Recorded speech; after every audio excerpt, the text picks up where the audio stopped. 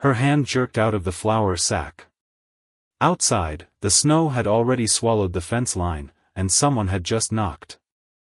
7 times. 7. Even. Deliberate. Like a man who'd counted them out beforehand. She took the rifle down, from above the hearth. 5 years of dust slid off, onto her sleeve. Her finger found the trigger, slow, certain, as if the body still remembered what the mind had spent half a decade burying. 3 steps to the door. The floorboards groaned under boots resoled twice. Nobody knocks out here. Not anymore. The wind found a gap in the timber, and moaned through it, low and long, like something still owed a debt by this land. The iron latch was cold enough to bite. She lifted it. The door opened a hand's width. And she saw blood. Dark. Dripping steady into the white, right there on her step. She didn't step back. She opened it wider. The wind arrived before anything else did. Not soft. Not the kind that rustles leaves and moves along politely. This wind had teeth. It came down off the ridge behind Coldwell land like something that remembered every insult ever done to it, and it found every crack in the timber walls. Every gap Iris had meant to seal, before first frost. And never did. She sat by the hearth, with her hands wrapped around a tin cup of chicory. No tea. Hadn't been tea in 3 winters. But there was salt. Always salt. Enough of it in her, some nights, to season an ocean. Outside, the world had gone the color of bone. Snow pressed against the windows in slow, deliberate sheets. Like something testing the glass to see if it would give. The fence line had vanished an hour ago. The barn roof sagged under a weight it hadn't been built to carry. And somewhere under all that white sat a grave marker she hadn't visited since October. Because the ground had already started freezing then. Because some things you can only look at, so many times, before looking stops being grief, and starts being something closer to punishment. 5 years. 5 years since the fever took her son first. 11 months old. 11 months of a life that fit inside 11 months, and then didn't fit inside anything at all. 5 years since it took Ruben 8 weeks later. Though that part never sat right in her chest the way grief was supposed to sit. Ruben had been strong. Ruben had survived a broken leg at 19. A rattlesnake bite at 22. A winter on the Cimarron that killed 2 other men in his outfit, and left him standing, laughing about it after, the way men laugh, when they've stared something down and won. Ruben didn't die easy. Except he had. Or that's what she'd been told. That's what the doctor, from Ludlow wrote on the paper, before he rode back out, into weather too bad to argue with. Fever. Same as the boy. Terrible coincidence, ma'am. Terrible year. She'd buried that word too. Coincidence. Buried it right next to him, and never once dug it back up. Because digging up a word like that meant asking questions she didn't have the strength to survive the answers to. So she didn't ask. She chopped wood instead. Hauled water from the barrel by the hearth, half frozen even that close to the fire. Fed the stove like feeding it was a kind of prayer. Like enough kindling might eventually add up to warmth, that reached the parts of her the fire couldn't touch. Her wedding dress still hung in the trunk upstairs. She wore it once a year, on Christmas, though it hung off her now like a flag on a pole, with no wind left to fill it. The lace had yellowed. Smoke does that. Time does that. Everything does that, eventually, given enough winters. Most days she wore Ruben's old work shirts instead. Patched skirts. Boots resoled twice, with rawhide that had started cracking again. Her hair she cut herself now, blunt and uneven, with dull scissors, and no mirror. Because ceremony was a thing for people who still expected the world to notice. The cabin held a particular kind of quiet. Old quiet. It had a smell to it. Wood smoke, vinegar, wet wool. And underneath all of it, something that never quite left. Something like waiting. She thought, some nights, that this might finally be the winter that finished her. Not from hunger. Though the flour sack was thin enough now to see light through it. From something slower. Something with no name she was willing to say out loud, even to herself, even at 2 in the morning, when the whole world had gone quiet enough to hear a thought land. A kind of erasure, that happened one ordinary morning at a time. Until waking up started to feel less like a habit, and more like a decision she kept making, without meaning to. She talked to the snow sometimes. Quiet, foolish, half a prayer, and half a dare. Asked it if it was finally here to finish what it started 5 winters back.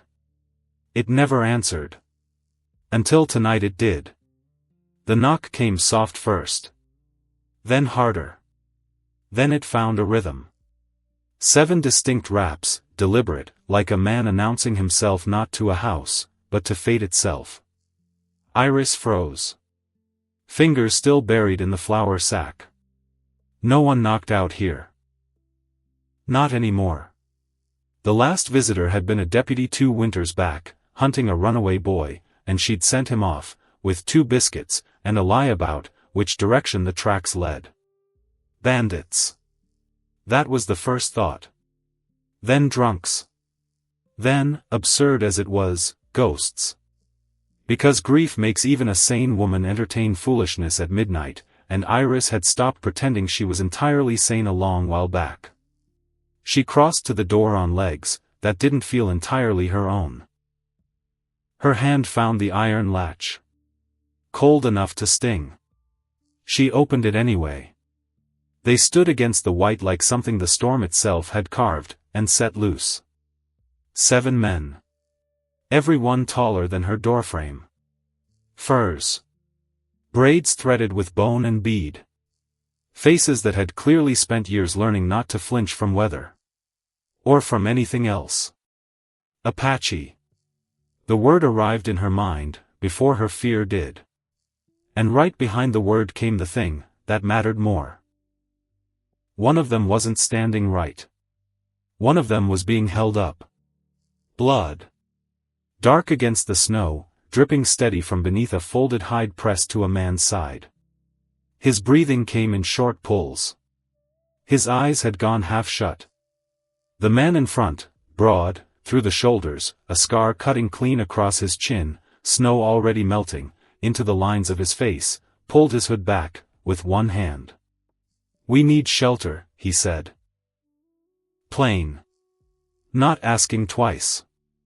Iris's heart went hard enough she could feel it in her ears. She looked past him. At the wounded one.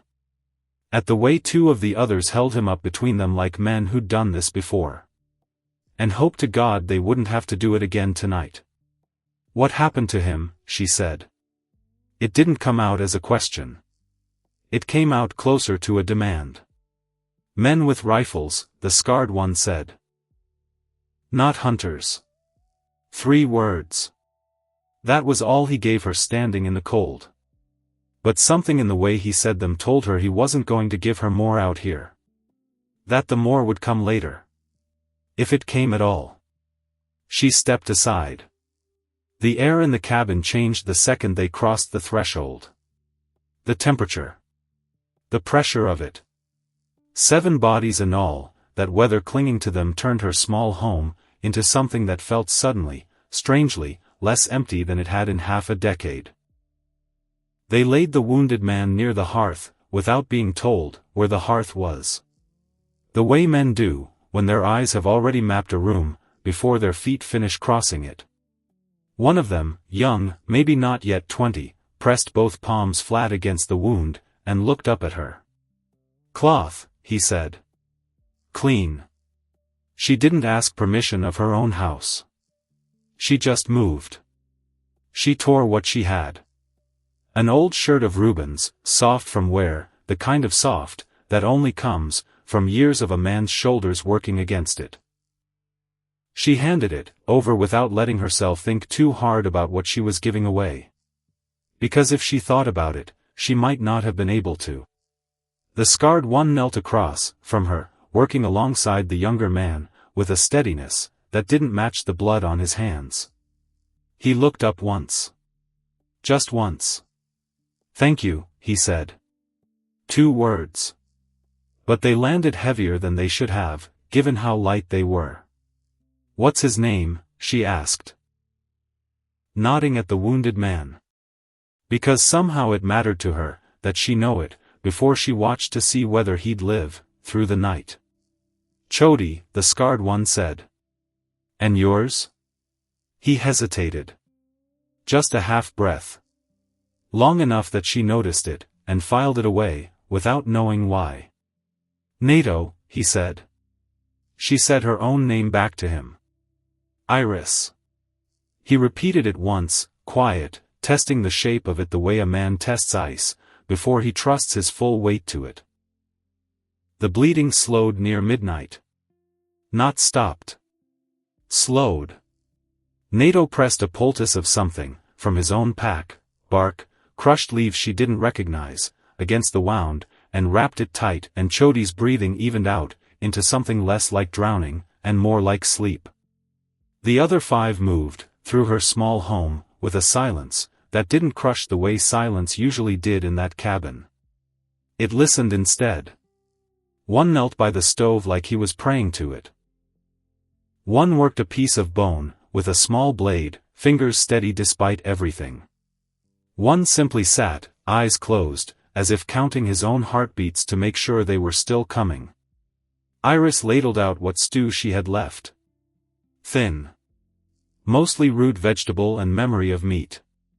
She handed a bowl to each man, and each one took it, with both hands, and a small nod.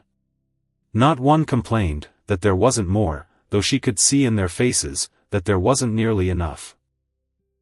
She kept catching herself watching Nato.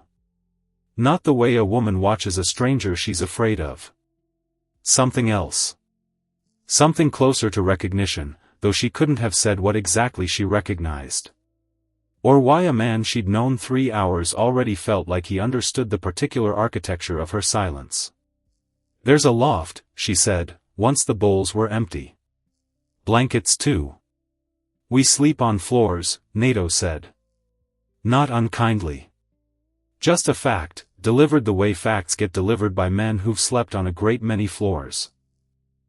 She went up anyway. Brought down the good quilts.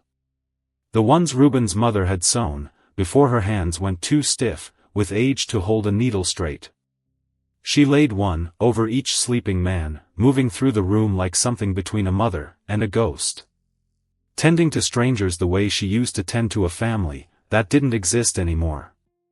When she reached Nato, he wasn't asleep. His eyes were closed, but the moment the quilt touched his shoulder, his hand came up and closed gently over hers. Not gripping.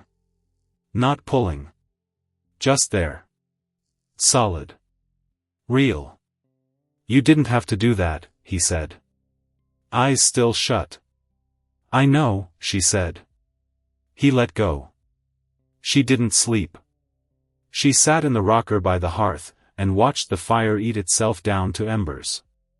Listened to the wind scream outside like it had unfinished business with the whole territory. And thought about how strange it was that a house that had felt like a tomb for 5 years suddenly had this much breathing in it. Morning came gray and reluctant. She woke stiff in the rocker, a quilt across her lap she didn't remember pulling up. And for one disoriented moment she thought she'd dreamed the whole thing. The knock. The blood. The scarred face and the low voice. Then she heard the axe. Steady. Measured. Coming from somewhere near the barn. She pulled her shawl tight, and went to the door. And there he was. Nato, shirtless despite the cold, steam rolling off his shoulders like heat off a forge, splitting a stack of wood that already stood taller than anything she'd managed alone in a month. "You'll freeze," she said. No, he said. Not looking up, driving the axe down clean. Cold keeps a man honest. She didn't have an answer for that. She went back inside, and stretched what porridge she had, adding the last pinch of dried apple she'd been hoarding for weeks, without admitting to herself she was hoarding it. The other men woke without noise. Folded furs. Checked on Chody, whose color had improved overnight. Whose breathing had steadied further, though he still couldn't sit up, without one of the others bracing him. They ate in near silence. The kind that didn't feel like absence. It felt like respect. Like words in this company had weight, and a man didn't spend them carelessly. After breakfast, they worked. 3 reinforced the barn wall, where the storm had split a beam. 2 shoveled a path to the creek. And Nato went back to the axe. Because the woodpile, in his estimation, was still not where it needed to be for a woman alone facing another 6 weeks of winter. Iris stood on the porch, and watched all of it, and felt something she didn't have a ready name for. Not quite safety. Something closer to the memory of safety, dug up from wherever she'd buried it. By midday, the sky had cracked into patches of dull silver. One of the older men, gray threading through his braids, sat near the porch working a piece of bone, with slow, patient strokes. He didn't speak English. Or didn't choose to. But when their eyes met, he gave her a small nod. The kind that says, without a single word, "We mean this house no harm." She thought about what her nearest neighbors would say, if they knew. The widow Coldwell, housing Apache men in her kitchen. She could hear the whispers already, and she'd heard worse, from those same mouths 5 years ago. When they'd decided her grief looked wrong. Moved wrong. Lasted too long or not long enough. Not one of them had lifted a hand when her roof caved, or her boy burned with fever. Only prayers, delivered from a safe distance, when what she'd needed was presence. None of these men had asked her for prayers. They'd asked for shelter. And given wood, and given watch, and given her, without meaning to, the first quiet morning she'd had in 5 years, that didn't feel like standing at the edge of a well. It was near dusk, when she went to check on Chody, and found something small resting near his pack. Half wrapped in cloth that had come loose. She almost didn't look. Almost walked past it the way she'd trained herself to walk past things that weren't hers to touch. Except the light caught something metal. A dull shine, tarnished, half buried under the folded hide. And something about the shape of it made her stop. Because she knew that shape. Had known it 11 years. A small brass compass, no bigger than a coin, its casing worn smooth on one side, from years riding in a coat pocket, with a hairline scratch across the glass, that had been there, since before she'd ever met the man who carried it. Ruben's compass. The one he'd taken with him 5 years ago. The week before the fever supposedly took him. The week he'd ridden out to file land papers in Ludlow, and never fully explained why it had to be, that particular week, in that particular weather, when a man, with a broken leg's worth of hard-won caution should have known better than to risk the trail. The one that had never come home. That had never turned up among his things.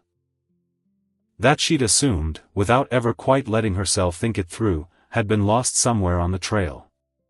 The same as him. Her hand hovered over it. Didn't touch it. Couldn't, somehow, close that last inch of distance. Behind her, footsteps in the snow. She turned fast enough, that her shawl slipped off one shoulder. Nato stood in the doorway, axe still loose in one hand, watching her watch the compass, with an expression she couldn't read. Not guilt exactly. Something more careful than guilt. Something that looked, if she had to name it, like a man watching a door he wasn't sure he wanted opened yet. "That's not yours," she said. Her voice came out steadier than she felt. "No," he said. "Whose is it?" He was quiet long enough the wind filled the space, where his answer should have been. "A man's," he finally said. One who isn't with us anymore. It wasn't an answer. It was the shape of an answer, hollowed out in the middle. And she felt something cold move through her chest that had nothing to do with the weather. "How did you come to have it?" she said. "That's a longer story," Nato said, "than tonight has room for." "Make room," she said. He looked at her a long moment. Long enough she started to understand, really understand, in the pit of her stomach, that whatever this story was, it was not going to be a small one. And it was not going to leave her standing, where she currently stood. "Not tonight," he said again. Quieter this time. Almost gentle, which somehow made it worse. "Chody needs rest. And you need rest. Tomorrow. I give you my word." She wanted to push.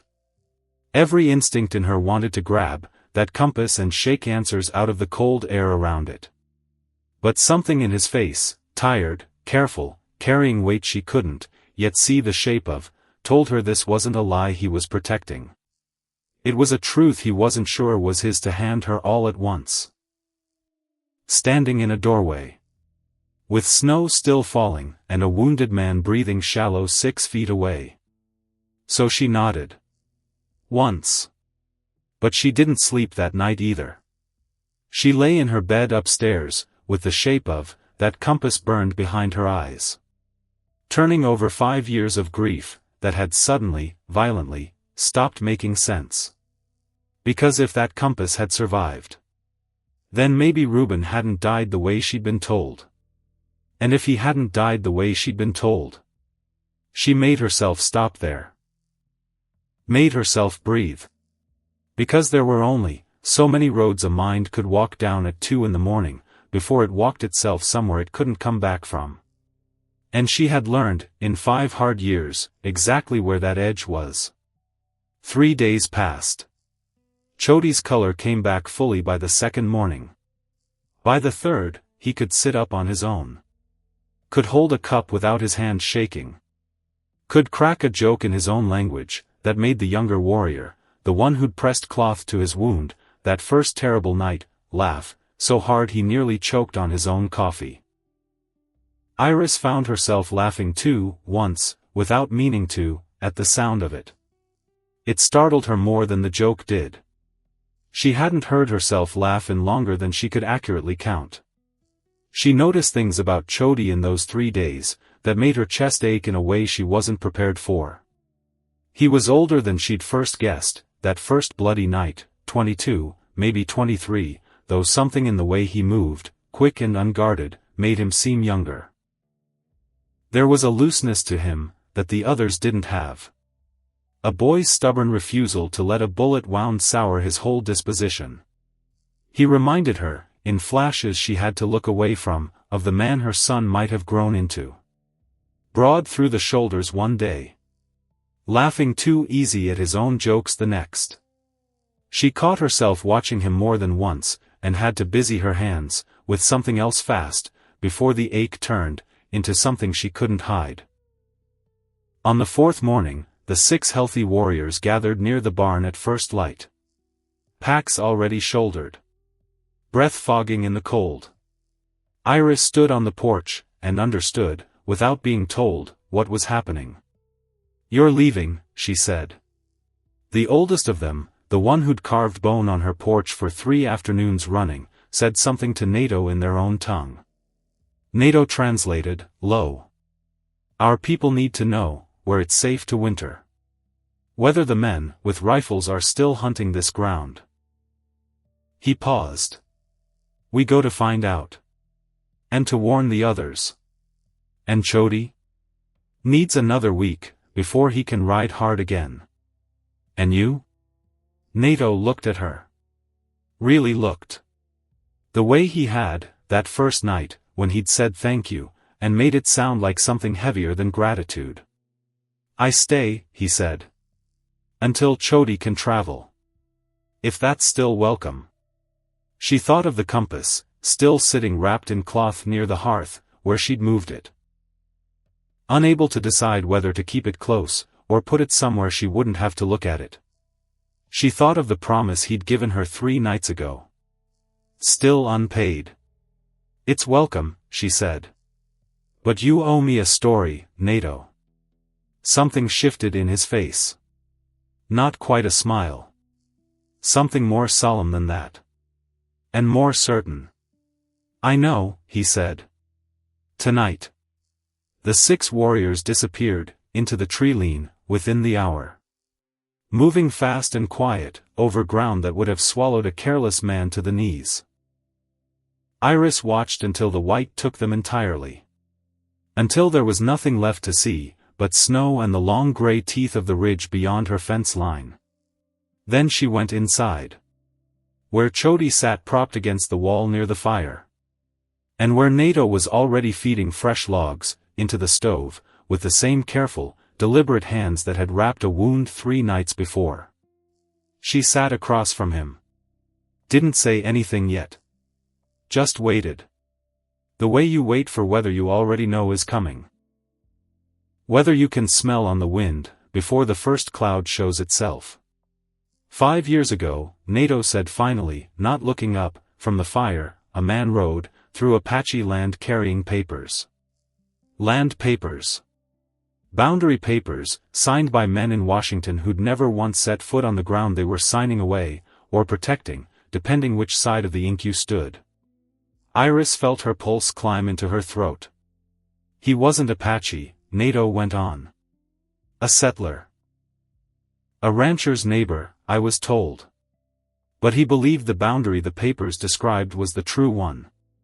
The honest one. And he was carrying them to be filed, and witnessed, because he thought a signature in the right ledger might stop a war, before it started. Ruben filed boundary papers, Iris said, very quietly, the week before he died. In Ludlow. Nato's eyes came up to meet hers. He never made it to Ludlow, he said. Not the way you think. The fire popped. Somewhere outside, wind found a new gap in the walls, and moaned through it, low and long. And Iris sat very still. Feeling the last 5 years of grief she thought she understood begin, slowly and irreversibly, to come apart in her hands. Tell me, she said.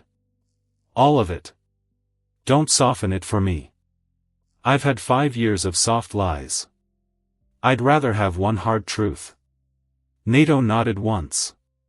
Like a man agreeing to carry a weight he'd been dreading, and relieved, finally, to set down. There were men waiting on the Ludlow road, he said. Hired men. Not lawmen. Not settlers defending their own ground. Men paid to make sure certain papers never reached a filing office. And paid extra to make sure no one asked too many questions after. Who paid them, Iris said.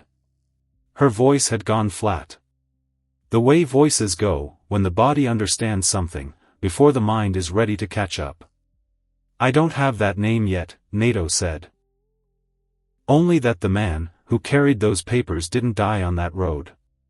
He was found alive by our scouts. Half frozen. Bleeding. 3 days out, from where he was meant to be. We carried him to a winter camp. Treated his wounds as best our medicine allowed. And then, Iris whispered. And then the wounds turned bad, Nato said. And for the first time his voice cracked, just slightly. Just enough she understood this cost him something to say. Infection. Fever, in the end, though not the kind you were told. He held on 8 days. On the last one, he asked me to carry something back to his wife, if I ever found a way to reach her safely. He said her name, so many times in that fever, I never forgot it. Iris couldn't breathe. Couldn't move. The compass sat wrapped on the shelf 6 feet away, and it might, as well have been sitting directly on her chest. Iris, Nato said. Just her name. The way he'd said it, that first night, testing its shape.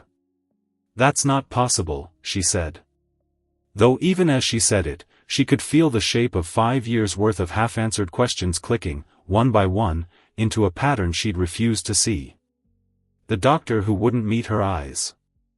The undertaker who'd insisted, gently but firmly, on a closed coffin, for her own sake, ma'am, given the state of things. The boy from Ludlow who'd sworn, drunk on Sunday, and sober on Monday, that he'd seen Ruben's horse 3 days, after he was supposed to have died of fever 40 miles the other direction. She'd buried every one of those loose threads. Because pulling them meant admitting the ground under her grief wasn't solid.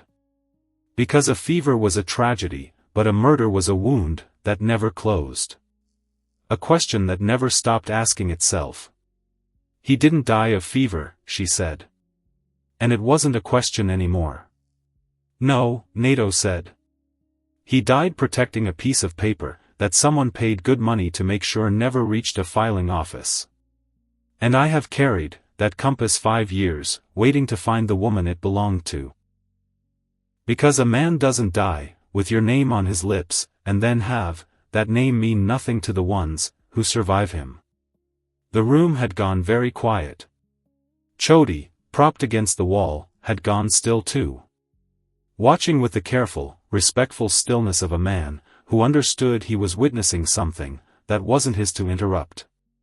Iris stood, crossed to the shelf, and finally let her fingers close around the small brass compass. It was cold. It had always run a little cold, even in Ruben's coat pocket. She remembered that now. Remembered him joking about it on their wedding night. Some fool piece of metal too stubborn to hold heat. Who, she said. And her voice broke clean in half on the single word. Who paid those men? I don't know yet, Nato said. But I intend to find out. And when I do, I will not be the only one asking. Outside, the wind had begun to die down. The storm finally loosening its grip on the ridge, and the fence line, and the roof, that had held, one more time, against everything the sky had thrown at it. But inside the cabin, something else had just begun. Something colder and more patient than any blizzard. Something that would not loosen its grip, until a debt 5 years old had finally, fully, come due. Iris closed her hand around the compass, until the worn brass edge bit into her palm. Then we find out together, she said. Nato studied her a long moment. Grief and fury, and something else entirely moving behind her eyes. Something that hadn't been there 3 days ago. Something that looked, for the first time in 5 years, less like a woman waiting to die, and more like a woman who had just remembered how to want to live. He nodded. Slow and solemn. The way a man nods when he's just watched a debt get sworn, not spoken. Together, he said. And outside, far past the tree lean, where 6 warriors had vanished, that morning, and closer than either of them, yet knew, a different kind of storm was already saddling its horses. The days that followed settled, into a rhythm neither of them named out loud. Chody mended by the hour, restless the way young men get, when the body outpaces the danger around it. He took to walking the fence line each morning, half to keep watch, half because sitting still too long made him twitchy.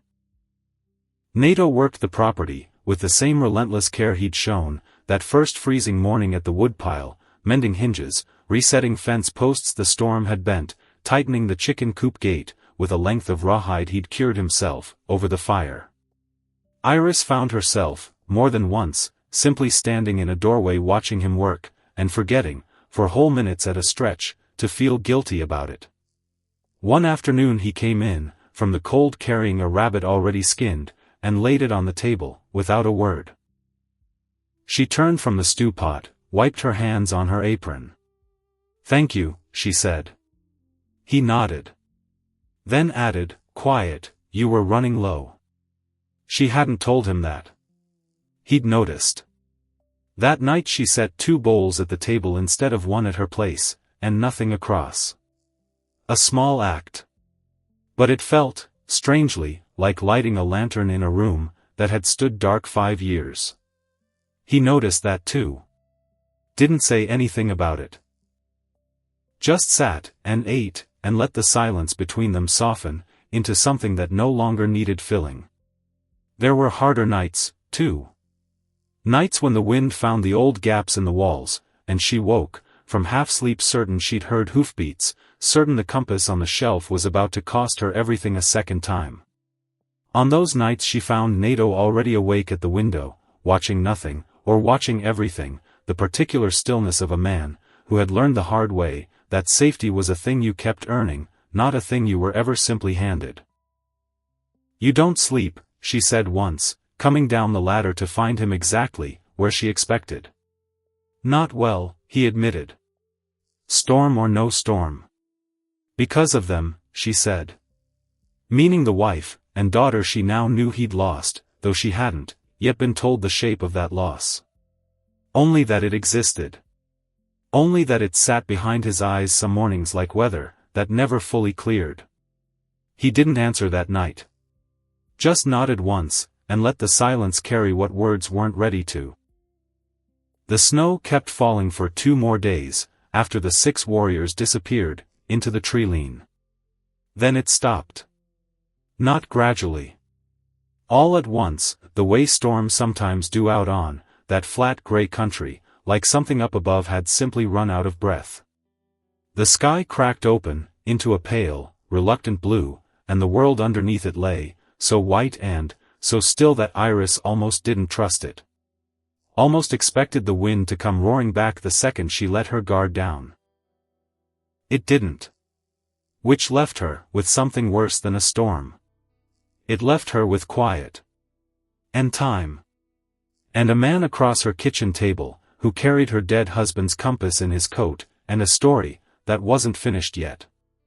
On the 6th morning, since the knock at the door, she brought the compass to the table, and set it down between them like a piece of evidence in a trial neither of them had asked to sit for. "Tell me the rest," she said. Because she'd waited long enough. Because 3 days of half-truths delivered in careful, measured pieces had worn a hole clean through her patience. Because if this man was going to sit in her kitchen eating her food, and splitting her wood, and looking at her the way he looked at her, he was going to earn that by giving her everything. Not just the parts that didn't cost him anything to say. Nato looked at the compass. "Didn't touch it." "You already know the worst of it," he said. "I know he didn't die of fever," she said. "I know men were paid to stop him on that road. I know you carried him 8 days, before he died in your camp." Her voice caught. She let it catch. She'd stopped pretending, somewhere around the 3rd sleepless night, that composure was worth what it cost her. "I don't know why. I don't know who. And I don't know why an Apache warrior 5 years later shows up on my doorstep in a blizzard carrying his compass like it's been burning a hole in his coat the whole time." Nato was quiet a long moment. Long enough she thought he might retreat again. Might fold back into that careful, measured man who doled out truth 1 spoonful at a time. Instead he reached into his coat and pulled out something else. Folded leather, worn soft at the creases, tied with a thin strip of rawhide. He set it on the table beside the compass. "Open it," he said. She untied it, with fingers that weren't entirely steady. Inside were papers. Old ones, the ink faded but legible. A hand-drawn boundary line running along a creek she recognized, past a stand of cottonwoods she'd ridden past 100 times, without ever once wondering who the land beneath them belonged to on paper. "This is a survey," she said. "A treaty survey," Nato said. "Signed 7 years ago. It marks the eastern boundary of Apache land.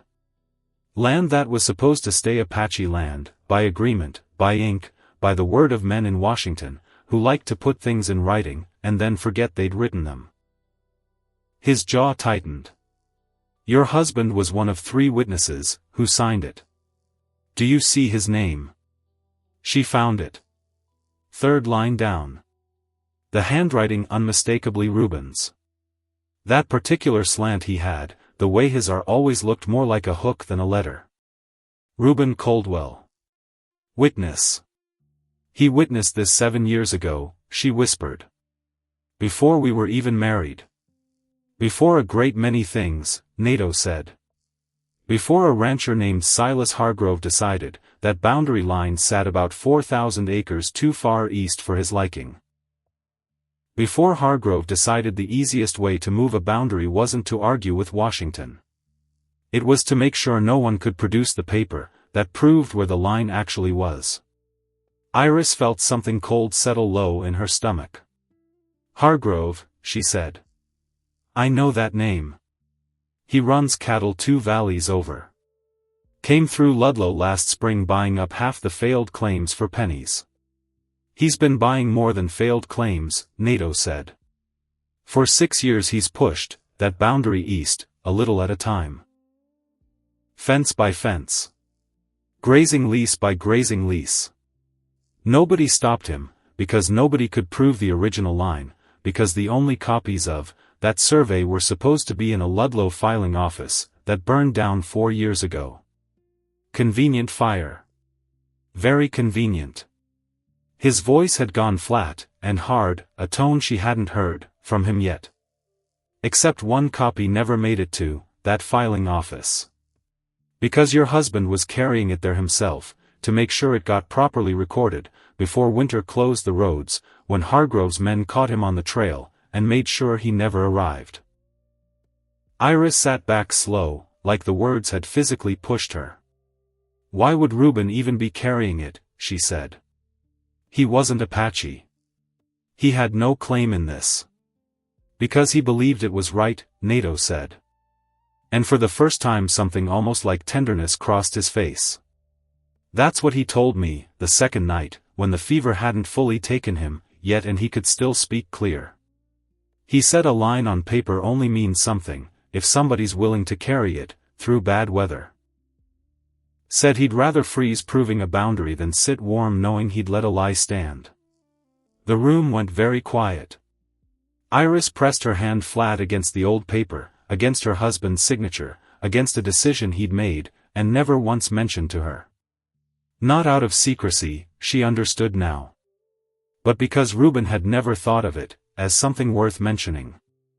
He'd simply thought it was right. And so he'd done it. And it had killed him, quietly, 5 years ago, while the whole valley whispered fever, and moved on, with their lives. "So this Hargrove," she said slowly, "he's still out there. Still pushing that line east. Further every year," Nato said.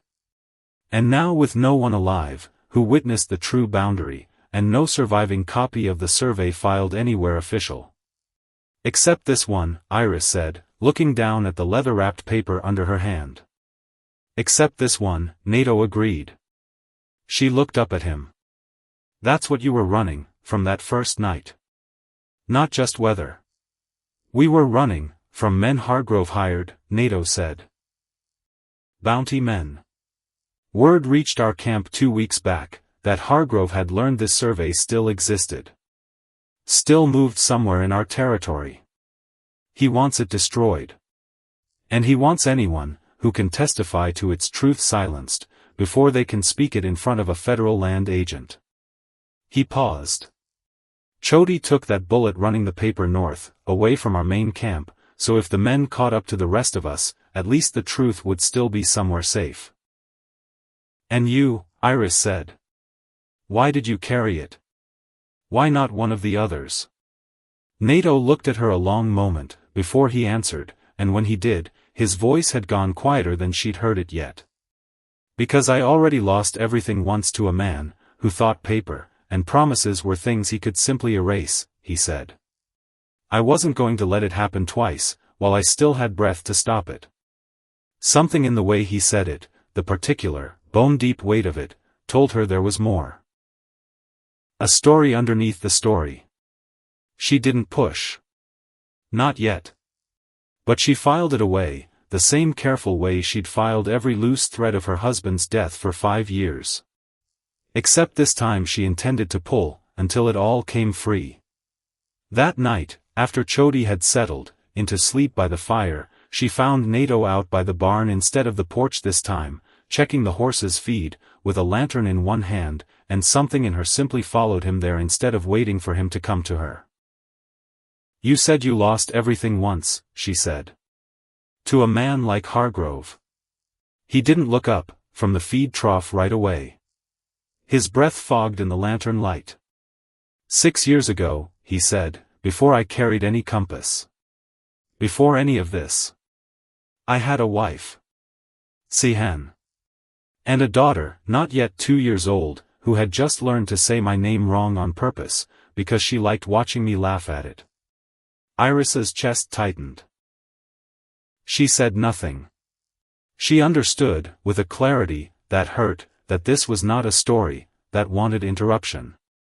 We lived in a village 2 valleys south of here, Nato went on. Good grazing land. Water that never ran dry, even in the worst years. Land men like Hargrove had wanted a long time, and never quite found a way to take, because the treaty line protected it. On paper. In ink. In exactly the kind of document you're holding right now. He drew a slow breath. One night, men came. Not soldiers. Not lawmen with a warrant and a reason. Hired men, the same breed, that later caught your husband on the Ludlow road. They set fire to the grazing stores first. Then the lodges. Nato, Iris said softly. Already knowing where this was going. Already bracing against it, and knowing bracing wouldn't help at all. I was 2 days out, hunting, he said. By the time I made it back, there was nothing left standing taller than a man's knee. I found her near the creek. She'd tried to run, with our daughter toward the water. Toward the trees. Toward anywhere the fire hadn't reached yet. His voice had gone very steady. Very flat. The way a man's voice goes, when he has told a story, so many times in his own head, that saying it aloud has finally stopped being able to break him fresh. They didn't make it far enough. Iris felt tears rise, hot and immediate, and didn't bother stopping them. I'm sorry, she whispered. It felt like nothing. It felt like the same useless prayer her neighbors had offered her 5 years ago, distant and safe, and utterly without weight. But it was all she had, and she gave it anyway, because sometimes that's the only thing left to give. For a long time, Nato said, I wanted only one thing. To find every man who rode that night, and make each of them understand exactly what they'd taken. He finally set the lantern down, and turned to look at her, and his eyes in that light looked older than his years had any right to make them. But hatred like that doesn't rebuild anything. It just burns the man carrying it, slower, from the inside, the same way that fire burned everything I loved, from the outside. I learned that the hard way. Took me 2 winters to learn it. So what changed? Iris asked. I stopped wanting to burn the men who did it, he said. And started wanting to make sure they never got the chance to do it again. To anyone. That's why I carry papers, through blizzards instead of carrying a grudge, through the rest of my life. A faint, tired almost smile. Mostly. Iris reached out, slow, and closed her hand over his on the edge of the trough. He didn't pull away. Hargrove, she said. Was he part of that night? The one who burned your village?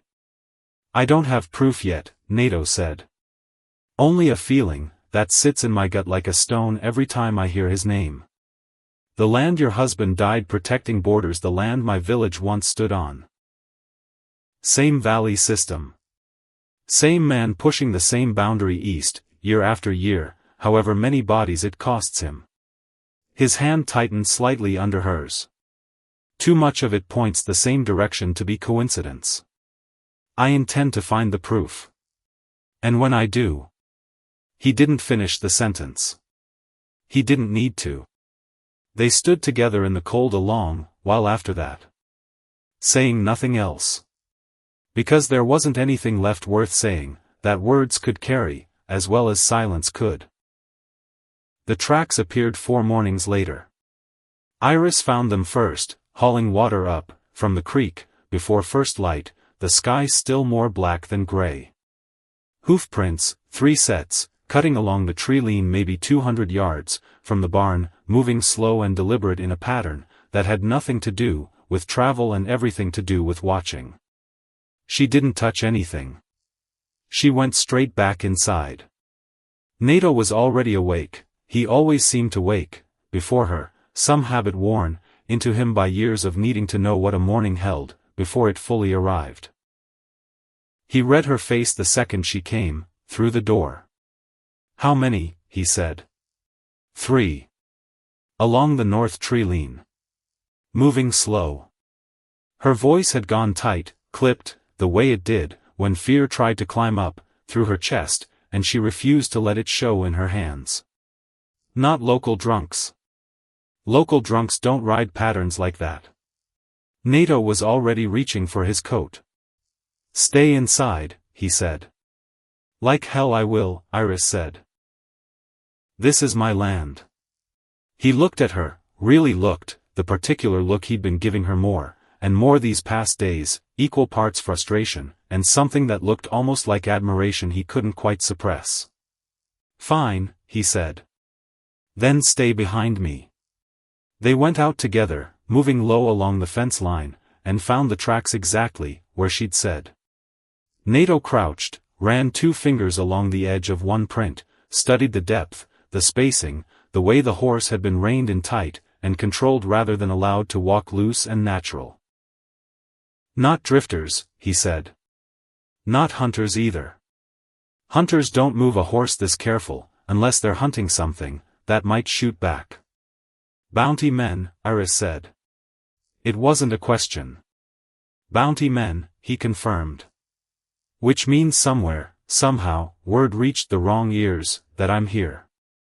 Iris felt the cold, that had nothing to do with the weather settle back into her chest.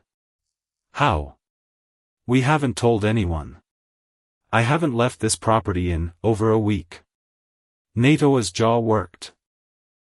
He stood, scanning the tree line, with eyes gone hard, and flat and calculating. A different man entirely, from the one who'd stood beside her at the barn 4 nights ago, and told her about a burning village. "Have you had any visitors?" he asked. "Anyone at all? Even someone you trust?" Iris opened her mouth to say no. Then stopped. Because 3 days ago, Otis Fenwick had ridden out from Ludlow with a wagon of supplies, flour, coffee, a little sugar, the kind of goods a lone widow couldn't easily fetch herself in deep winter, and the kind Otis had been generously, faithfully bringing her every few weeks, since Ruben died, always refusing full payment, always saying a woman alone shouldn't have to choose between eating and staying warm. "Otis Fenwick," she said slowly. "He came by. Brought supplies."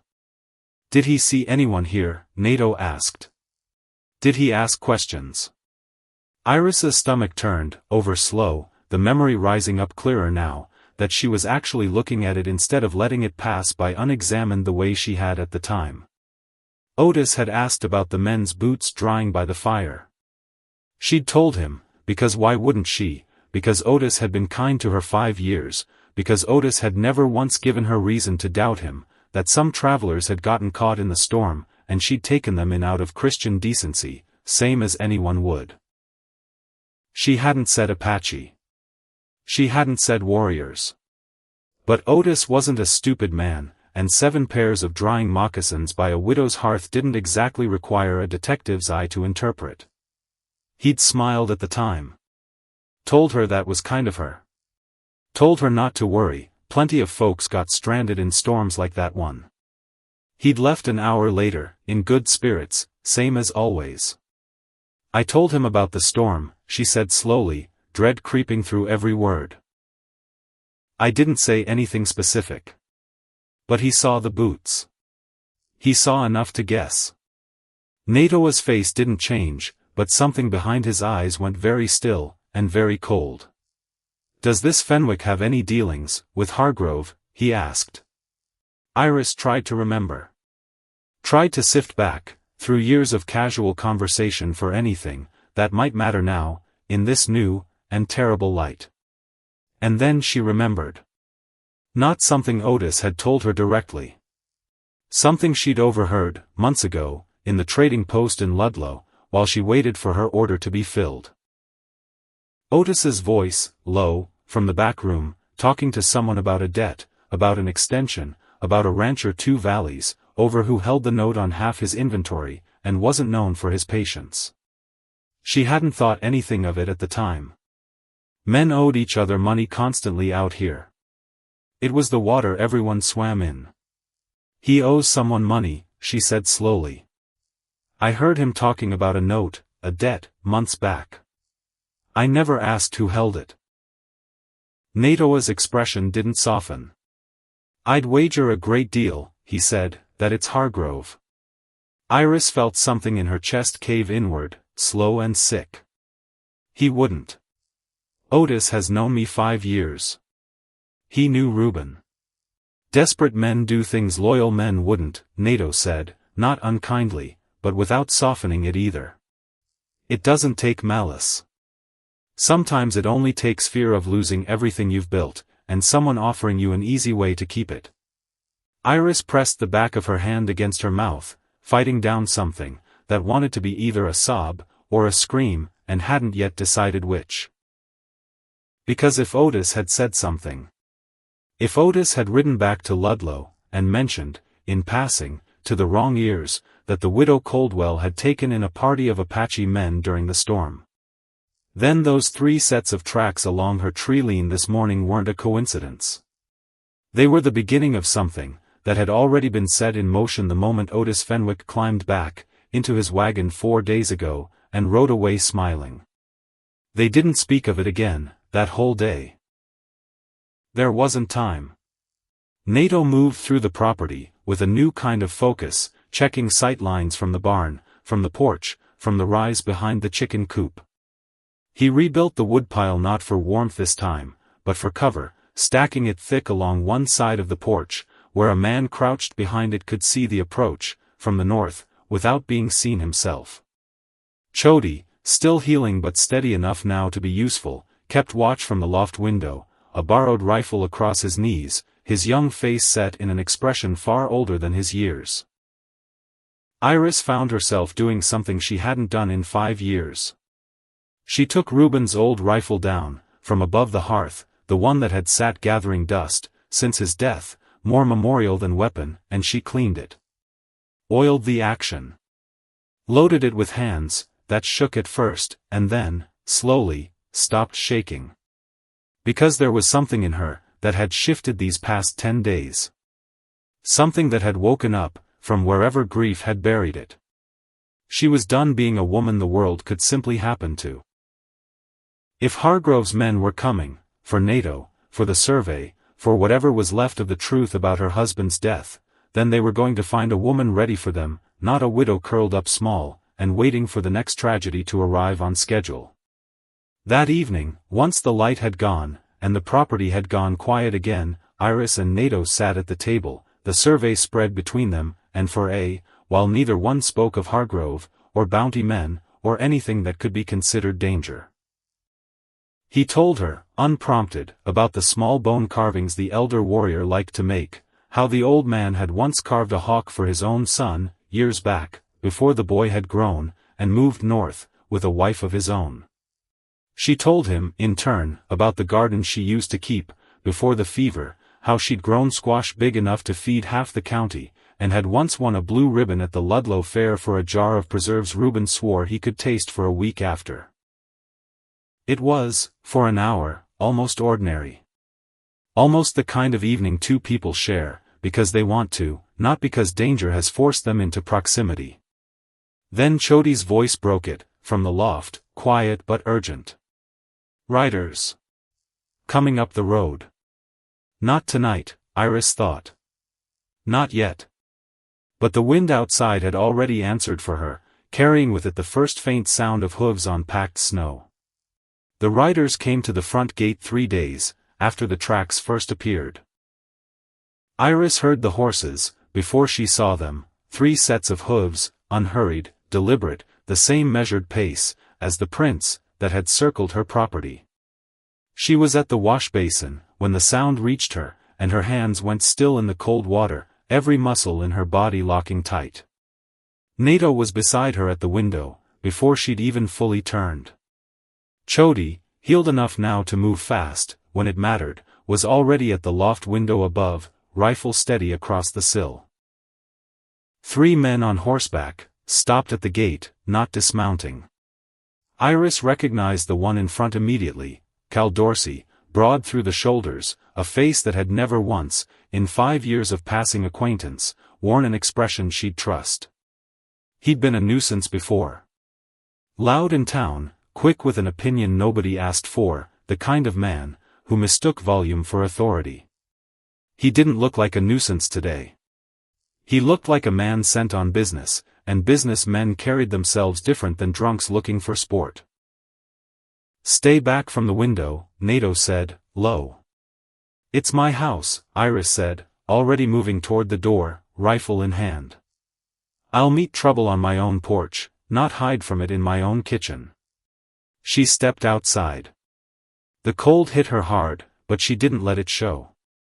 Cal Dorsey's eyes flicked, over her, then past her, toward the door, toward whatever he expected, or hoped, to see standing behind her. "Afternoon, Mrs. Coldwell," he said, tipping his hat, with a mockery of manners, that made her skin crawl. "Been a while." "What do you want, Cal?" she said. No pleasantries. She didn't have the patience left to spare for pleasantries, not after everything the last 10 days had cost her. "Just checking on a widow woman, out here alone," he said, smiling in a way that didn't reach anywhere near his eyes. "Heard tell you might have had some unusual company recently. Storm guests." Word travels, even in bad weather. "Word travels fast, when someone's carrying it," Iris said flatly. Cal's smile flickered, just slightly, just enough to confirm what she already suspected. "Man's just looking out for his neighbors," he said. "Mr. Hargrove don't like the idea of Apache raiders wandering loose, so close to decent folks' land. Especially not folks, who might be, say, harboring known troublemakers." His eyes cut past her again, toward the house. "You wouldn't be harboring anyone, would you, Mrs. Coldwell?" "I'm harboring my own business," Iris said. "Same as I have every day, since my husband died, and none of you decent folks thought to check on me even once." That landed. She watched it land, watched something flicker behind Cal's eyes, that looked almost like shame, before it hardened back into bravado. "Just a friendly visit," he said. "For now." He gathered his reins, turned his horse, then paused, looking back at her, with an expression that had gone cold, and flat and entirely without pretense. "Mr. Hargrove's a patient man, Mrs. Coldwell. But patience runs out. You might want to think real careful about whose side of a fence you're standing on, come next time we ride out this way." Then they were gone, back down the road toward Ludlow, hoofbeats fading into the cold silence of the flat white country. Iris stood on the porch a long moment, rifle still in her hands, breath coming fast, and hard, watching the empty road like it might still hold answers, if she looked at it long enough. Nato came to stand beside her. "That was Hargrove's man," he said. "Not a question." "That was a warning," Iris said. "Which means Hargrove knows you're here." "Which means Otis told him." Her voice shook, finally, after holding steady, through the whole exchange. "Which means next time, they're not sending 3 men to talk." Nato's hand found her shoulder, steady, grounding. "Next time," he said, "we'll be ready." "Will we?" she said. "Because I don't know what ready looks like against a man, with enough money to buy silence, and enough men to enforce it." Nato turned her gently to face him, his eyes holding hers, with a certainty that felt, for the first time in a long while, like something she could actually lean her weight against. "Ready looks like the truth," he said. "Ready looks like a survey, with your husband's name on it, and a witness, who watched him die protecting it, and a woman brave enough to stand on her own porch, and tell Cal Dorsey exactly where she stands." He paused. "Hargrove's whole power rests on nobody being able to prove what he's done. We can prove it." That's worth more than any number of men he sends riding up that road. If we live long enough to say it out loud in front of someone who matters, Iris said. Then we make sure we live long enough, Nato said. The proof came 4 days later, and it came from the last place either of them expected. It was Chody, fully healed now, restless with the kind of energy young men get when their bodies have recovered faster than the danger around them has settled, who found it. He'd taken to walking the fence line each morning, and that particular morning he came back at a run. "Someone's coming," he said, breathless. "Not Dorsey's men.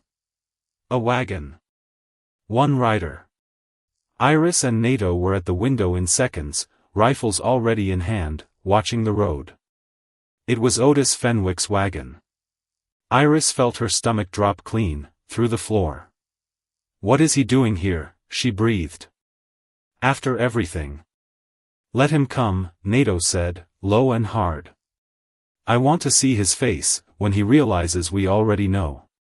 The wagon rolled up slow, and Otis climbed down looking older than his years, gray in his stubble, that hadn't been there a month ago, hands that shook slightly, as he tied off his horse. He didn't come to the door with his usual easy familiarity. He stood at the gate, hat in his hands, looking like a man who'd walked a very long way just to say something he was dreading. Iris met him on the porch, rifle not quite pointed, but not quite lowered either. "Otis," she said, voice flat. "Iris," he said. "I need to talk to you. Alone, if that's possible."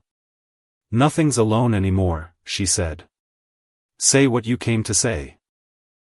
Otis's eyes flicked to Nato, standing just behind her, unmoved, unreadable. Something like shame moved across the old trader's face. "I told him," Otis said. "Hargrove. I told him about the men who stayed here during the storm." His voice cracked. "God forgive me, Iris, I owed him more money than I could ever hope to pay, and he came to me himself, asked direct if I'd seen anything unusual out this way, and he stopped, swallowed hard. I've regretted it every hour since. Haven't slept a full night. Came out here today to tell you the truth, before Cal Dorsey or someone worse beat me to it." "You're a little late for confession, Otis," Iris said, though something in her chest had already started to loosen, just slightly, hearing the genuine wreckage in his voice. "I know," he said. "But there's more you need to hear. And I think it might matter more than my apology ever will." He reached into his coat, pulled out a folded paper, hands still shaking. "I do Hargrove's books sometimes. Small jobs, keeping his ledgers straight, on account of what I owe him. 2 nights ago, going through his accounts to settle a debt, I found this." He held it out. Iris took it, unfolded it with careful hands. A ledger page.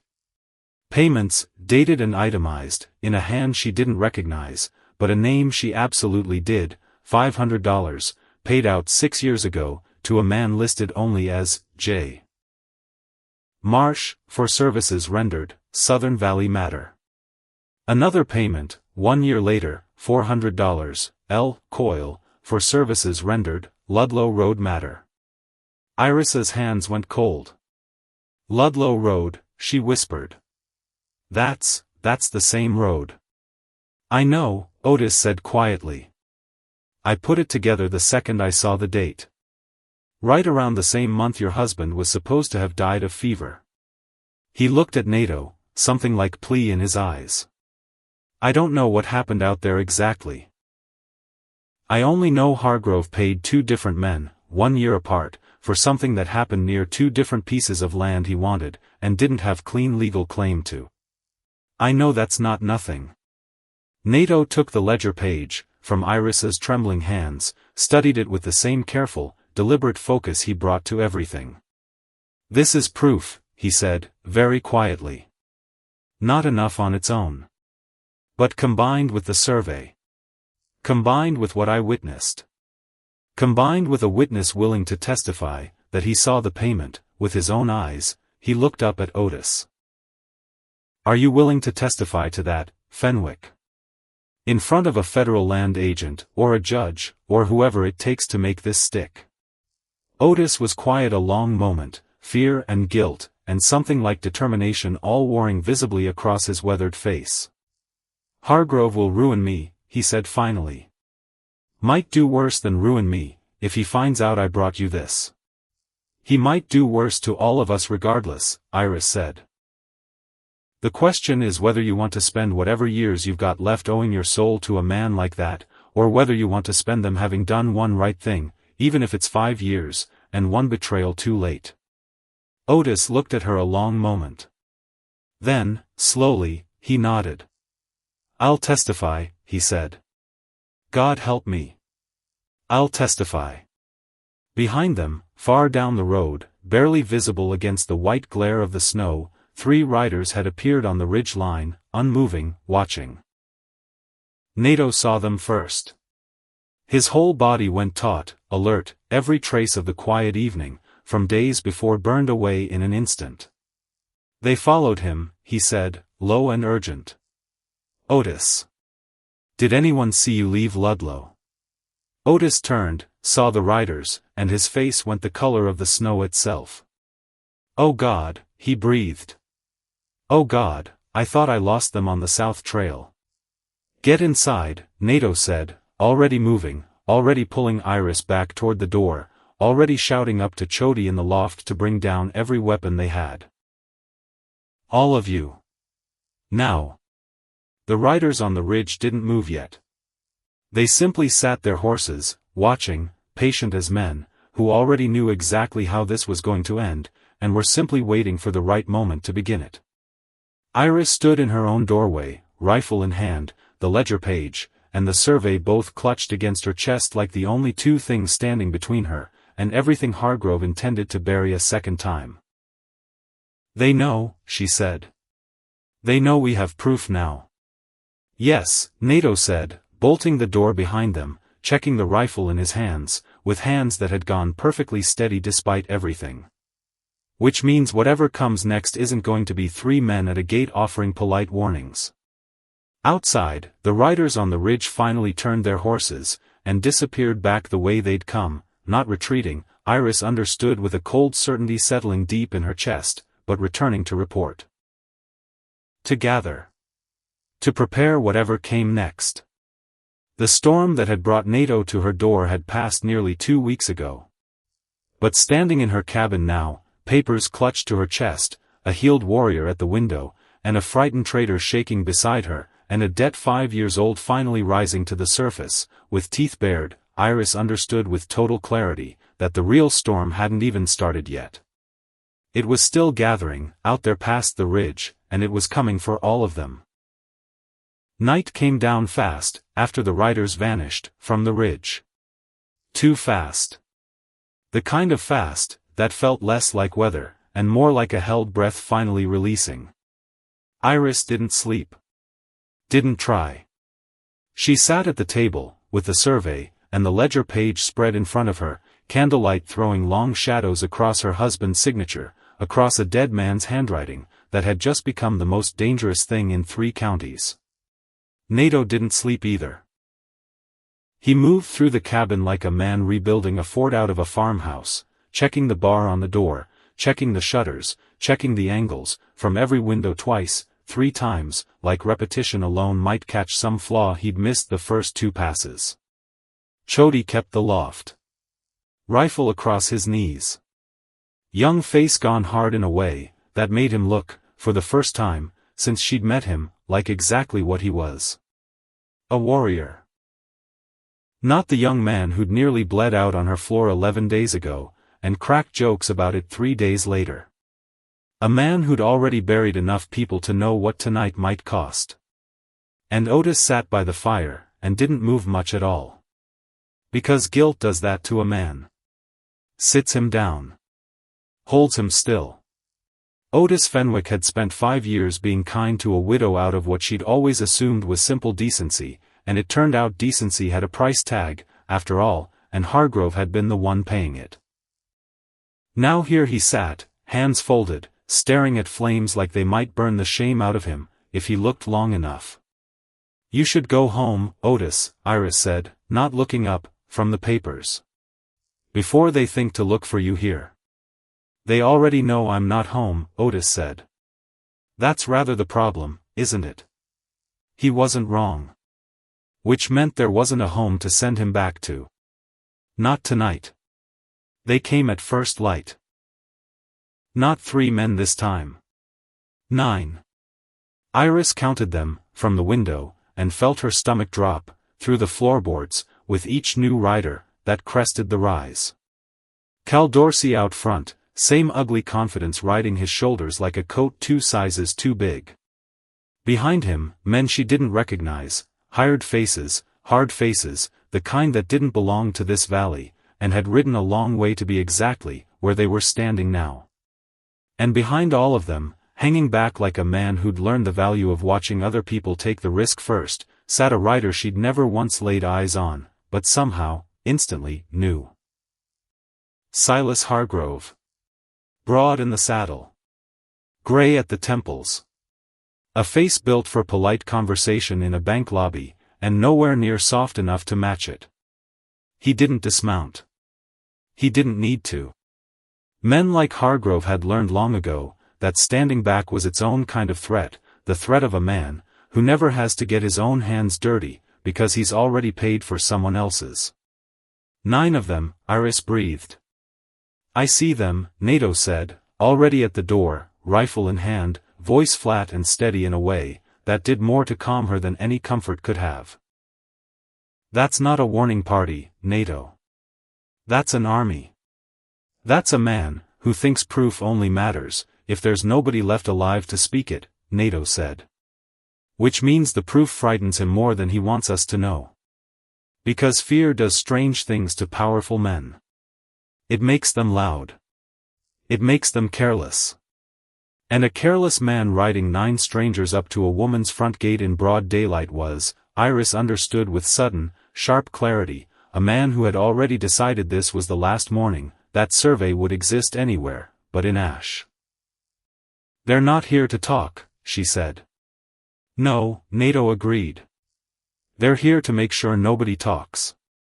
Ever again.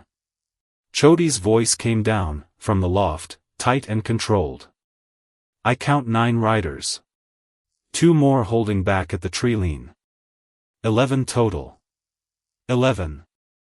Against a healed warrior, a young man barely recovered from a bullet wound, a widow who hadn't fired a rifle in 5 years, and a frightened traitor who'd never fired one in his life. Iris felt the old fear rising, the same fear that had kept her small and quiet and buried in grief for half a decade, the fear that whispered close the shutters, say nothing, survive by disappearing. Except this time, underneath the fear, something else rose up to meet it. Because she had already buried a husband to men exactly like these. Because she had already spent 5 years disappearing, and disappearing hadn't kept her safe. It had only kept her small. And she was done being small. Chody, she called up, voice steadier than she felt. How many rifles do we have? 4, he called back. 5 if Fenwick's willing to hold one. Every eye in the room turned to Otis. The old trader looked down at his shaking hands like he was seeing them for the first time. Then, slowly, he stood, crossed to where Nato kept the spare weapons, and picked one up. I've never fired at a man before, he said, voice hoarse. Then let's hope today doesn't require it, Nato said. But if it does, you'll do what needs doing. Fear's still standing on its feet, Fenwick. That's more than plenty of men manage. Otis swallowed hard and nodded. Cal Dorsey stopped his horse 40 yards out. Close enough to shout. Far enough to run if running became necessary. Iris Coldwell, he called, voice carrying easy across the flat white ground. Mr. Hargrove would like a word. Mr. Hargrove can send that word from where he's sitting, Iris called back, standing on her own porch now, rifle steady in her hands, Nato a half step behind her shoulder. I hear just fine from here. A ripple of amusement moved through the riders. Cal didn't share it. Behind him, at last, Hargrove nudged his horse forward a few paces, not close enough to be a target, close enough to be heard. "Mrs. Coldwell," Hargrove said, and his voice was smooth, practiced, the voice of a man who'd spent decades convincing people that whatever he wanted was also somehow what they wanted too. "I understand you've been given some papers. Old papers. Papers that don't concern you, and never did." "They concern my husband," Iris called back. "Since his name's on them. And since he died on the Ludlow Road trying to file them, 5 years back, right around the same time you paid a man named Marsh $500 for a Southern Valley matter, and a man named Coyle $400 more for a Ludlow Road matter, a year after that." The silence that followed was so complete Iris could hear her own pulse in her ears. Because she'd said it. Out loud. In front of 9 hired men, and a frightened traitor, and a warrior who'd already sacrificed everything once to a man exactly like the one sitting that horse. Hargrove's smooth expression cracked, just slightly, just enough for her to see the fear underneath, before he smoothed it back over. "That's a serious accusation," he said, voice gone thin at the edges. "Coming from a grieving widow who's clearly been influenced by dangerous company." "It's not an accusation," Nato said, stepping forward beside Iris, voice carrying across the snow, with a weight that made even the hired men shift in their saddles. "It's a fact. Written in your own hired man's ledger. Payment for the Ludlow Road matter. Payment for the Southern Valley matter, the night you burned a village, and called it clearing troublesome land." His jaw was tight, his whole body coiled like something that had waited 6 long years for exactly this moment. "I lost my wife and daughter to that fire, Hargrove. I've spent 6 years wondering whose money paid for the torches. Now I know." Hargrove's horse shifted under him, sensing something in its rider it didn't like. "You have no proof of any of that," Hargrove said, but his voice had lost its polish now, gone thin and brittle.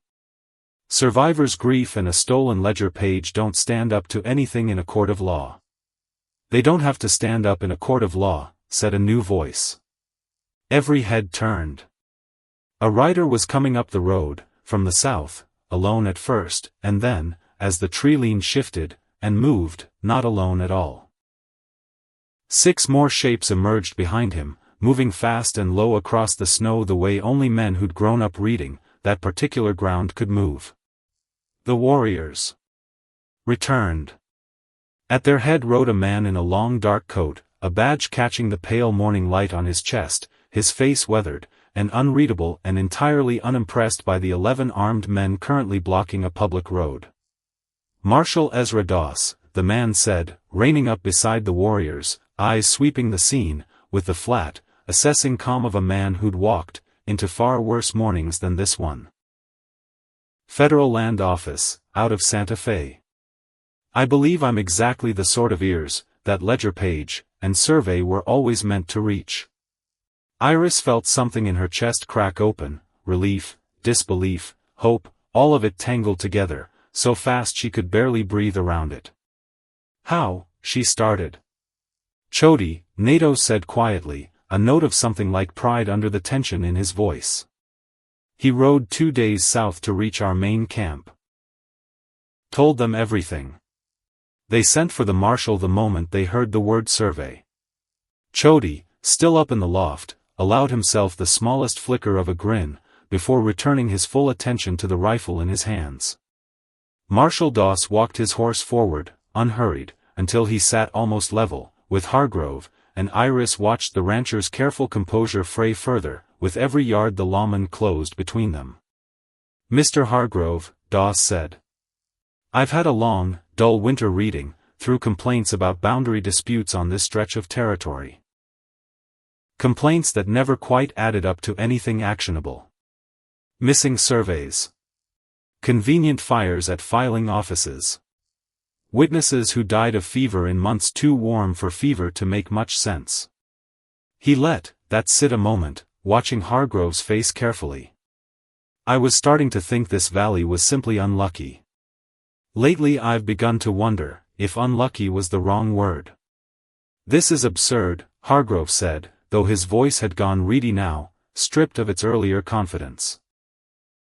You'd take the word of a widow, and a band of renegades, over a man who's built half this territory, with his own 2 hands. I'd take the word of a signed treaty survey, Doss said, and a ledger page in your own hired accountant's handwriting, and however many of these fine gentlemen behind you are willing to talk once they understand exactly how much prison time awaits a man convicted of murder for hire, versus how much awaits a man, who simply rode along, and kept his mouth shut. He raised his voice slightly, addressing the 9 riders directly now. That offer's open to any man here willing to take it. Won't stay open long. The effect was immediate. Iris watched it happen in real time, the way the hired men's eyes started sliding sideways toward each other, toward Cowdorsey, toward Hargrove himself, each one doing the same fast, silent arithmetic. Loyalty against a paycheck was one thing. Loyalty against a hanging was another entirely. One of the men at the back, younger than the rest, barely more than a boy really, lowered his rifle first. I only signed on for cattle work, he said, voice cracking. Nobody told me nothing about murder. Another followed. Then a third. Cowdorsey's face had gone the color of old ash. He looked to Hargrove, waiting for orders, for reassurance, for anything at all. Hargrove gave him nothing.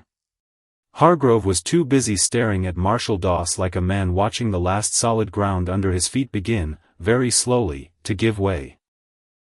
This is a misunderstanding, Hargrove said, and even he seemed to hear how thin it sounded now.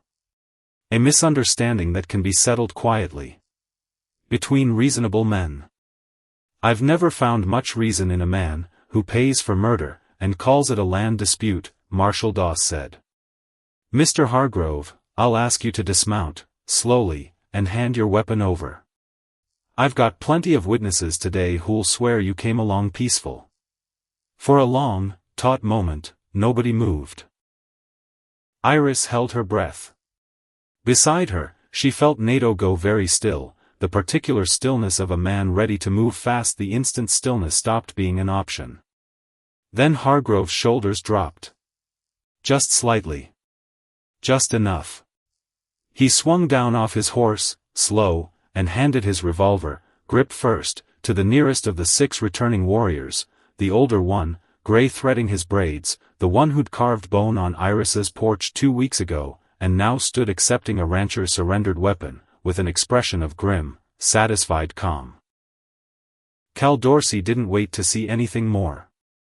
He wheeled his horse, and bolted for the tree lean, and nobody bothered chasing him. Some fights end not, with a body on the ground, but with a man simply choosing, in the last available second, to be somewhere else entirely. It took the better part of that afternoon to sort everything into its proper order. Marshal Doss took statements, from Iris, from Nato, from Chody, from a shaking, but resolute Otis Fenwick, who told the whole story of the ledger, the debt, the fear, and the guilt, that had finally driven him out to her cabin in the first place. He took the survey. He took the ledger page. He took the compass, carefully, respectfully, noting it as evidence of a man who died carrying truth, through weather that should have turned him back. The 3 riders who'd surrendered were held for further questioning. Hargrove himself, hands bound, was set on a horse bound for the territorial courthouse 2 days' ride south, a fate that Iris understood, watching him go, small and diminished against a sky that had once seemed to bend entirely to his will. It's not over, Nato said quietly, standing beside her, as the procession disappeared down the road, dust and snow kicking up behind them. Men like Hargrove have lawyers. Money. Friends and places, that don't care much for justice, when it interferes with profit. I know, Iris said. But it started. That's more than I had 2 weeks ago. She looked down at her hands, still faintly trembling, from the morning's fear, and felt something loosen in her chest, that had been tight for 5 long years. Ruben didn't die for nothing. That's what matters most to me right now. Whatever comes after, courts, appeals, whatever fight is still ahead, at least the world finally knows what he did, and why. Marshal Doss lingered a moment longer than the rest, watching Iris with an expression that had softened considerably since he'd first ridden up. "Your husband's name is going to matter in this territory," he said. "Once this settles. Men like him don't come along often enough, out here, willing to die for a line drawn honest on a piece of paper." He tipped his hat. "You should be proud, Mrs. Coldwell. Not many widows would have kept fighting 5 years on, with nothing but a feeling that something didn't add up." "I didn't fight alone," Iris said, glancing at Nato. "I had help. From people the whole valley taught me to fear instead of trust." Doss followed her gaze, taking in Nato, Chody, the 6 warriors gathered near the barn. "Seems the valley's got some relearning to do," he said. "Might take longer than a courthouse ruling. But it starts somewhere." He nodded once, respectful, and turned his horse toward the road. "I'll send word when the trial date's set.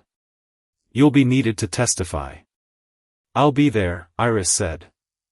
"Every day of it, if that's what it takes."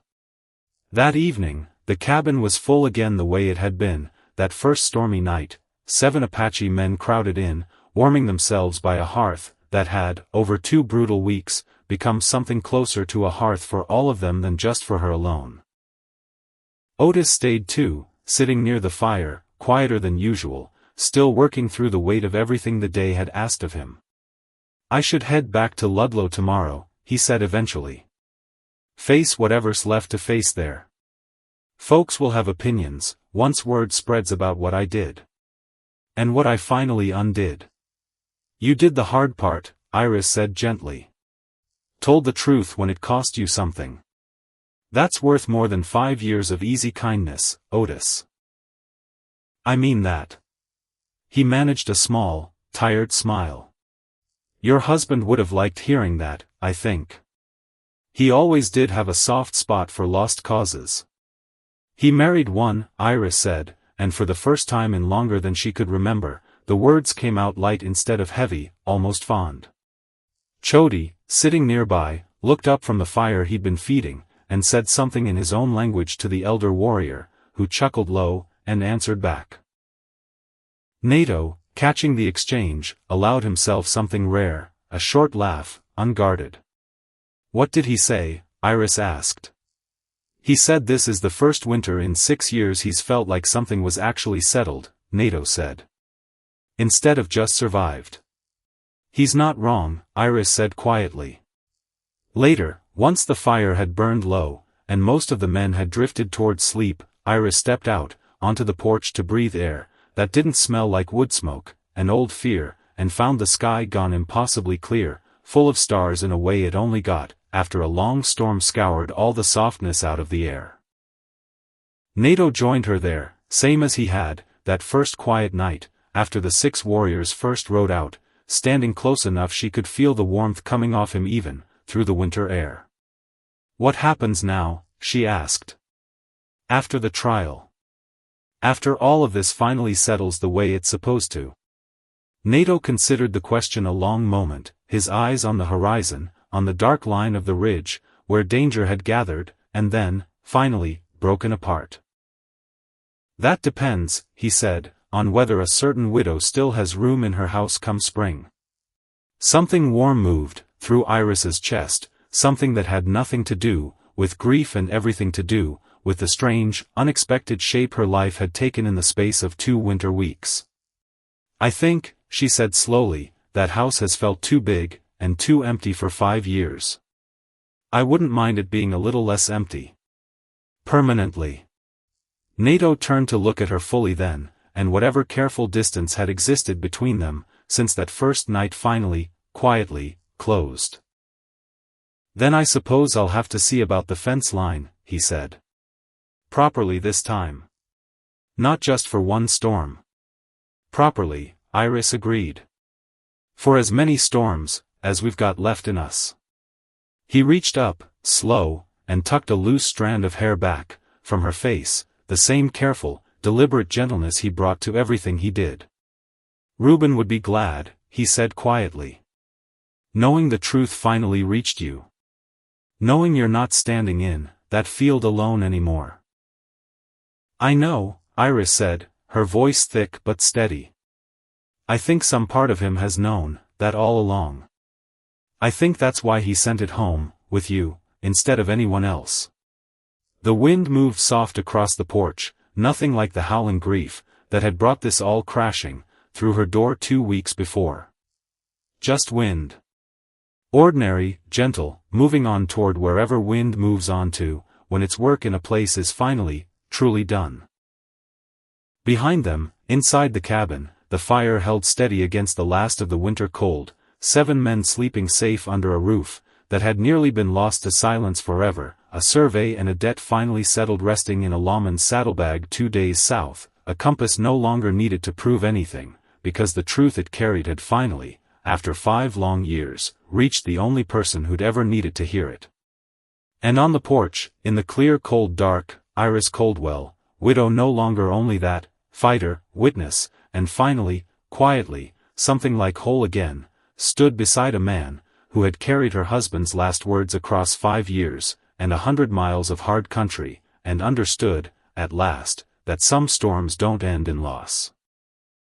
Some of them, if you're willing to open the door, and let them in, end in exactly the kind of shelter you'd stopped believing you deserved. The land would heal. The truth was finally free to do its work.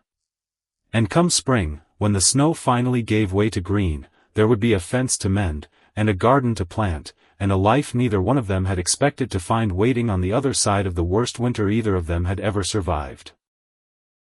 Together.